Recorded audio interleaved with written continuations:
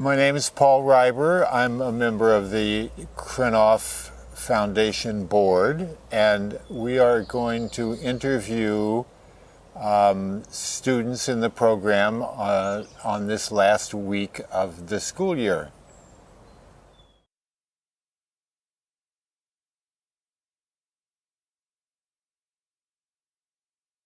My name is Julienne Dawidoff. I'm from Newport Beach, California, and I'm finishing my second year this year. And you did get a scholarship from the Krenov Foundation? Yes. Both years, or? I was a recipient of a scholarship both years, and then I also received a scholarship in between my 2 years to attend a class at Anderson Ranch. Oh. Yeah. What's your background in terms of woodworking? Yeah, so I studied art history in college, and while I was in school in Los Angeles, I discovered art conservation as a field of study, going to field trips at the Getty, where they have incredible conservation labs. And I realized that that is a field that really could combine all of my interests, because I loved chemistry in high school, but knew I didn't want to be a doctor or a scientist. And so I pursued sort of my other passion and studied art history. And then I realized that I could combine everything. And so a big part of that is making skills. And I had always loved sort of building things, making things in 3 dimensions. But at that point didn't have any formal woodworking skills. So I took all of the woodworking classes that USC had to offer.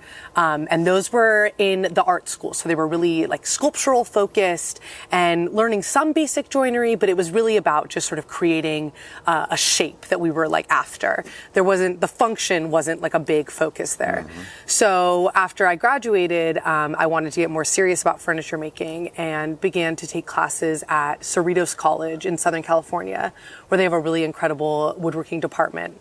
And so I took classes there for a while, and a teacher of a hand tools class that I took, we really connected because he has a background. He has a PhD in art history and then was there making furniture.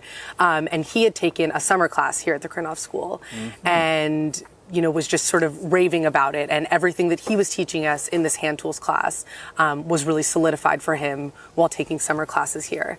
And so then I realized that really the next step to sort of further my woodworking and get the sort of skills that I would want to work on furniture that was made sort of before machinery was invented, that this was the place to be. And so then I applied, and here we are.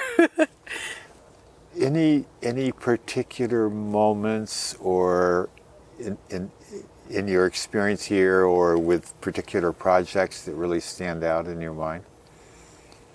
Yeah, I think one of the most special things about this place is that all of the instructors, all of the faculty were students here.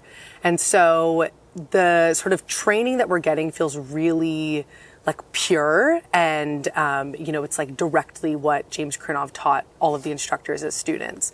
And so all of the moments, especially when Jim would share stories with us, and I remember the first time that he talked about a story and he referred to James Krenov as Jim, and I was like, who's Jim? You're Jim. What are you talking about? And then I quickly realized who he was talking about. And it was just so incredible. Every sort of little lesson that we got, every moment, there was a story to go with it. And that part of the education here was so incredible, the sense of community. And so sort of those moments happened throughout all of my projects. The training is really ultimately quite individualized because the projects that we were making, no two were the same. And so, yeah, when I would get to a moment where, I'd write my name on the board because I kind of reached a roadblock or I wanted instructor support, they would come and, quickly have an answer to something that I had been toiling over for days sometimes. And it was oh, that's how you do it. And it's okay, that's great, but it was kind of a moment to just pause. But it often came along with a story or this person back in '92 had this same sort of crazy dovetail moment, and we'd go to look at the yearbooks together and we'd pull it up. And those moments were really special. And then that sort of led me down other moments where I then connected with students from the past. And it just sort of created this web of community and people who were just so willing and excited to help. And so, yeah. Great. How is your time here? You're now done. Yeah. How has this experience impacted your sense of your future?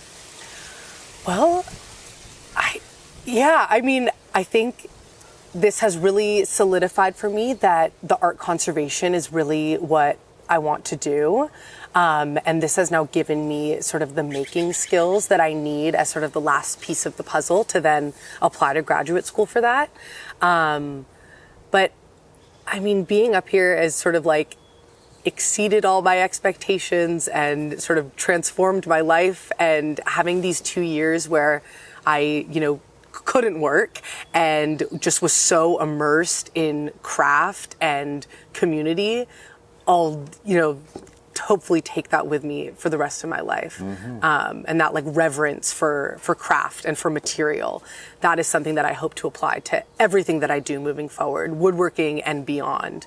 And yeah, I mean, it's sort of, there's a way of life here that I don't know if living in a rural community is for me, but sort of the thought behind it, and everything is so thoughtful, that I will take with me forever, no matter where I am. So yeah, that's been really special. And how did receiving scholarships impact your ability to be here? Yeah, I mean, receiving the scholarships made it so that I could be here. Otherwise, I wouldn't be able to. And I, didn't have a big career before coming here. And so without the scholarships, I wouldn't have been able to attend the school. And yeah, the opportunities that they allowed were incredible. Good. Yeah. Well, thank you so much. Thanks, Paul. This has been fun. Yeah, it has. Yeah. This is sweet.